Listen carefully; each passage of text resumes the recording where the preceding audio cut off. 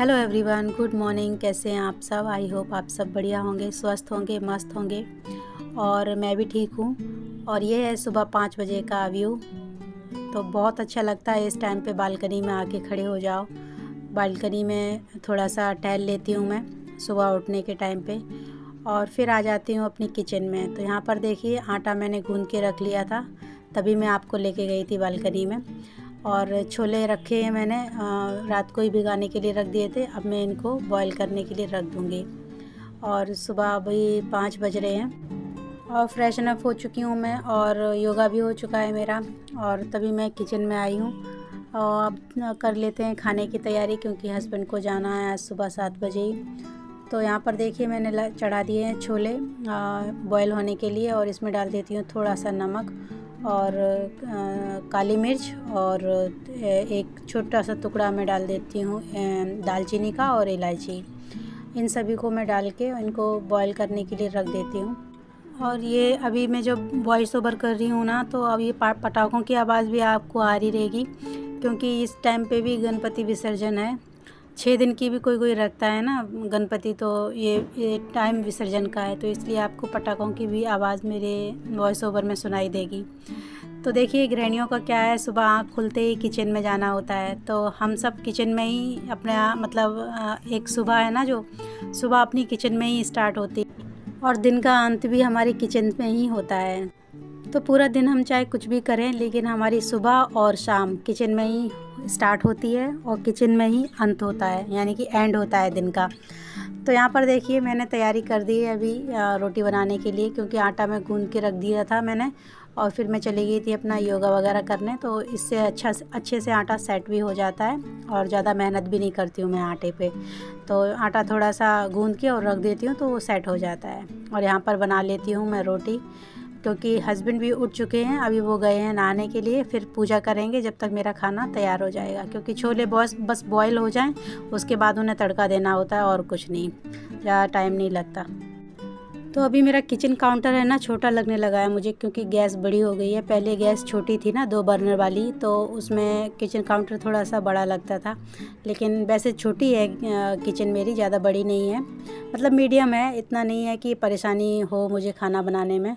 लेकिन अब थोड़ी सी किचन काउंटर मुझे थोड़ा छोटा लगने लगा है, क्योंकि बड़ी गैस आ गई है 3 बर्नर्स की।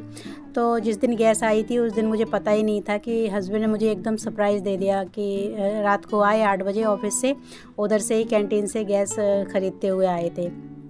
तो मुझे एकदम से शौक लगा। मैंने कहा, ये क्या है? तो बोला कि देखो, मैं आपके लिए सरप्राइज़ लेके आया हूँ। तो मैंने कहा, बहुत अच्छी बात है, क्योंकि वो गैस मेरी बहुत ज़्यादा मतलब ख़राब हो चुकी थी। 3-4 बार उसे रिपेयर करवा लिया था मैंने, और फिर भी वो ठीक नहीं हो रही थी। हस्बैंड ने भी देखा, उसका पाइप मतलब गैस पाइप था ना, वो भी चेंज कर दिया था, उससे भी कुछ नहीं हो रहा था। और बर्नर भी चेंज कर दिए थे, और रेगुलेटर भी चेंज कर दिया था, उससे भी कुछ नहीं हो रहा था, क्योंकि धीमी पड़ गई थी पूरी गैस। एकदम जैसे स्लो चलाते हैं ना, फुल गैस में एकदम से चलाती थी, लेकिन लगता था एकदम स्लो चल रही है गैस। तो फिर मुझे परेशानी बहुत होती थी, सुबह सुबह दिक्कत होती थी। तो हस्बैंड ने सोचा कि फिर चलो ले ही आते हैं इनके लिए। तो वो ये गैस लेके आ गए, और रात को वो लेके आए थे गैस। तो फिर मेरे पास कुछ ऐसा था नहीं कि मीठा बनाया जाए, तो और मुझे गैस पर मीठा भी बनाना था सबसे पहले। तो मैंने क्या किया, तो सबसे पहले मैंने गैस को साफ़ किया और गीले सूखे कपड़े से, और उसकी पूजा कर दी थी। हस्बैंड ने ही पूजा की थी, और रवा का हलवा बना लिया था। तो यहाँ पर देखिए, थोड़ी सी छोटी हो गई, इसलिए मैं परात नहीं रख पाती हूँ। आटा गूंद के सीधा फिर मैं एक बर्तन में निकाल लेती हूँ आटा को, और दूसरी तरफ देखिए, दूसरे बर्तन में एक पलेथन रखा हुआ है। और अब मैं बना लेती हूँ रोटियाँ। नाश्ते के लिए तो पराठे हो जाते हैं, और टिफ़िन ले जाने के लिए मतलब लंच के लिए कर देती हूँ मैं रोटियाँ, और मैं घी लगा देती हूँ, तो उनको रोटी ले जाना पसंद है। पराठे उन्हें अच्छे नहीं लगते दोपहर में, तो मैं रोटियाँ ही बना देती हूँ। और यहाँ पर देखिए, मेरा सारा खाना पीना बन चुका है, और मैं अब लगे हाथ गैस भी साफ़ कर दूँगी, क्योंकि अगर ये गैस से ज़रा भी आटा विटा पड़ा रहा ना, तो परेशान कर देती हैं मूंगी, यानी कि चींटियाँ आ जाती हैं। और हस्बैंड को नाश्ता भी दे दिया था मैंने, और उनका टिफ़िन भी पैक करके दे दिया था। हस्बैंड चले गए हैं ऑफिस, और बच्चे सो रहे हैं अभी, और मुझे करनी है घर का काम, साफ़ सफाई करनी है घर की। और उससे पहले मैं 1 कप चाय बना के पीऊँगी। तो मैं यहाँ पर देखिए अपने लिए चाय बना लेती हूँ। और बहुत काफ़ी दिन हो गए हैं मैंने गुड़ की चाय स्टार्ट की है पीना। तो यहाँ पर देखिए मैंने फ्रिज में ही रखती हूँ गुड़, उसको क्रश करके रख देती हूँ और डब्बे में भर के रख देती हूँ। तो जब भी मुझे ज़रूरत पड़ती है चाय के लिए तो मैं उसमें से 1 चम्मच निकाल के और कप में डाल लेती हूँ। और चाय में अगर मैं खौलती हुई चाय में डालूँ ना तो चाय फट जाती है, इसलिए मैं कप में ही डाल लेती हूँ। चाय को अच्छे से खौला लेती हूँ और उसमें फिर छान लेती हूँ कप में चाय। तो यहाँ देखिए मेरी चाय भी खौल चुकी है अच्छे से। अब मैं इसे छान लेती हूँ और चाय पी के मुझे काम भी करना है घर का, फिर नहाऊंगी धोऊंगी, उसके बाद मैं आपसे मिलती हूँ सीधा मशीन पे।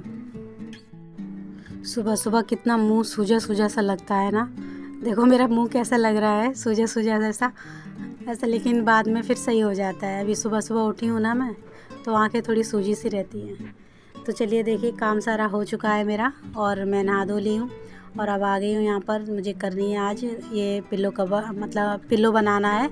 उसके लिए देखिए मैंने पुरानी कुर्ती ली है, शॉर्ट कुर्ती है ये, और अपना जो तकिया होता है ना उसी को रख के मैंने एक साइज़ मतलब बड़ा काटा है, 1 इंच चारों तरफ से मैंने बढ़ा के लिया है। और आप भी अपना तकिया का कवर जब बनाएं तो मतलब देखिए इसी तरह से बनाते हैं कि 1 इंच एक्स्ट्रा लेते हैं। तो इसमें जितनी भी कतरन थी ना मेरे पास, आज मैंने सोचा था कि आज मैं कतरन को मतलब ठिकाने लगा दूँगी, यानी कि उसका यूज़ कर लूँगी। तो यहाँ पर देखिए मैंने मेजरमेंट यहाँ पे आपको दिखाए हैं, आप अपने हिसाब से मेज़रमेंट रख सकते हैं। लंबाई और चौड़ाई में 1-1 इंच आपको सिलाई के लिए एक्स्ट्रा मार्जिन रखना पड़ेगा। तो यहाँ पर देखिए मैंने सब कटिंग कर ली है अच्छे से, और ये 2 पार्ट हैं। और आप चाहे तो ये नॉर्मल जो कुर्ते होते हैं या बेडशीट होते हैं, तो पुरानी बेडशीट होती है ना, उससे भी बना सकते हैं। यहाँ पर देखिए मेरे पास ये कुर्ती थी जो मतलब इसमें कट लग गया था, मतलब खिंच गई थी कहीं से, ये कुछ लग गया होगा, उलझ गया होगा, तो इसलिए। और मैंने इसका कटिंग कर ली। यहाँ पर देखिए जो स्ट्रिप दिखा रही हूँ मैं 4 इंच चौड़ाई की, तो वो भी मैंने एक कुर्ते से ही कट की हैं। जो ये रफ़ल बनाऊंगी मैं उसके लिए तो आप मतलब पुरानी साड़ी या पुराने दुपट्टे का भी यूज़ कर सकते हैं, पुरानी बेडशीट का भी यूज़ कर सकते हैं। तो देखिए यहाँ पर मैंने कटिंग तो पूरी हो चुकी है। अब इन स्ट्रिप को क्या करती हूँ, एक के ऊपर एक रख के ऐसे जोड़ लेती हूँ, सिलाई चला लेती हूँ। यहाँ देखिए सारी मैंने स्ट्रिप को जॉइंट कर लिया है। अब मुझे क्या करना है कि जो स्ट्रिप है ना इसको डबल फोल्ड करना है। डबल फोल्ड करके पूरी स्ट्रिप को सिल लेना है। देखिए किस तरह से मैं आपको बता रही हूँ, उसी तरह से सारी स्ट्रिप पूरी लंबाई में स्ट्रिप को सिल लेना है पूरा लंबे तक। अगर आप मतलब इसमें ही मतलब फ्रिल बनाना चाहें तो यहाँ पर भी बना सकते हैं।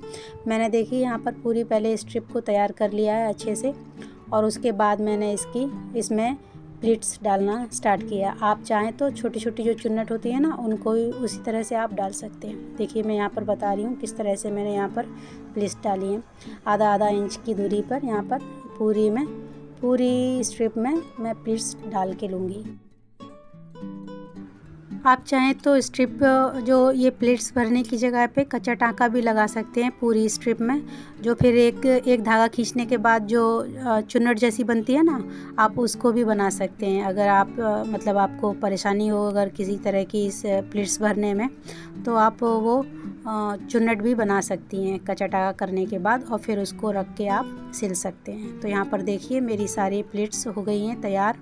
और अब मैं क्या करूँगी कि अब जो हमने जो काट के रखा है ना तकिए का जो बेस बनाया है अभी हमने, तो उसको लेंगे और उसके ऊपर देखिए इस तरह से रखेंगे। जो ये फ्रिल है ना अंदर की तरफ देखिए होनी चाहिए, और इसकी किनारे की साइड में, यानी कि इस कपड़े की किनारी से किनारी मिलनी चाहिए। और जो हमने स्ट्रिप लगाई है ना, जो फ्रिल हमने लगाई है ना, वो सीधे कपड़े पर लगाई है। तो देखिए फ्रिल लग कर रेडी हो चुकी है, सिलाई हो चुकी है। अब क्या करेंगे, हम दूसरा कपड़ा लेंगे और इसके ऊपर रख देंगे, यानी कि इस फ्रिल को लगाने के लिए सीधे कपड़े के ऊपर ही इसे लगाना है। अब इसके ऊपर रख के देखिए दूसरा कपड़ा भी हमें इस तरह से सिलना है, यानी कि चारों तरफ से सिलना है। हमें बस उतना ही जगह छोड़नी है जितने में हमें अपनी जो कतरन है ना मुझे वो भर जाए। तो यहाँ पर देखिए थोड़ी सी जगह मैं छोड़ दूँगी, 2-3-4 इंच के करीब, और ये सारी मतलब चारों तरफ से मैं इसे सिल लूँगी। तो यहाँ देखिए मैं किस तरह से आपको बता रही हूँ कि जो कपड़े की राइट साइड में मैंने जो फ्रिल लगाई है, फ्रिल की मतलब जो फ्रिल है वो अंदर रहनी चाहिए और किनारी उसकी बाहर रहनी चाहिए, और उसके ऊपर दूसरा कपड़ा रखकर हम इसको चारों तरफ से सिल देंगे। ये देखिए जहाँ पर कोना आता है वहाँ पर सुई को अंदर रखिए, कपड़े के अंदर रहनी चाहिए सुई, और उसको टर्न करते हुए और हम इसे कोनों में अच्छे से इसे सिल देंगे। बहुत ही आसान है इसे बनाना, और आप मतलब जिनको सिलाई भी नहीं आती है ना, वो भी आराम से इसे बना सकते हैं। पहले क्या करते थे हमारी दादी नानी, जो हाथ से ही तकिए के गिलाफ वगैरह कुछ बनाते थे। बच्चों के जो छोटे बच्चे होते थे ना, तो उनके कपड़े हम लोग मतलब मेरी दादी नानी फेंकती नहीं थी। मैंने खुद देखा है मेरी दादी को कि वो तकिए के कवर बना के उनमें भर देती थी छोटे बच्चों के कपड़े, क्योंकि उनको फेंकना उन्हें मतलब सही नहीं मानती थी वो। तो इसलिए देखिए मैंने भी यहाँ पर बहुत सारी कतरन इकट्ठी कर ली है, क्योंकि ये कतरन का फिर यही यूज़ हो सकता है। या फिर आप पायदान बना लें, यानी कि डोरमेट बना लें। इससे जो अच्छी अच्छी कतरन होती है ना, उससे डोरमेट भी बन जाता है। और इस तरह की देखिए तकिया कवर, छोटे बच्चों के गद्दे और जो तकिए होते हैं ना, उनको भी आप इस तरह से बनाकर और बाज़ार में सेल कर सकते हैं। अब देखिए मैंने सारी कतरन को अच्छे से भर लिया है। अब मैं क्या करूँगी, यहाँ पर जितना भी पार्ट खुला था ना, इतना जगह जो छोड़ी थी हमने ये कतरन के लिए, तो अब मैं यहाँ पर देखिए किस तरह से सिलूँगी। अंदर की साइड में टर्न करते हुए दोनों कपड़ों को अच्छे से पकड़ते हुए यहाँ पर सिलाई हो जाएगी। सिलाई हो चुकी है मेरी। अब देखिए यहाँ पर तकिया बनकर रेडी है।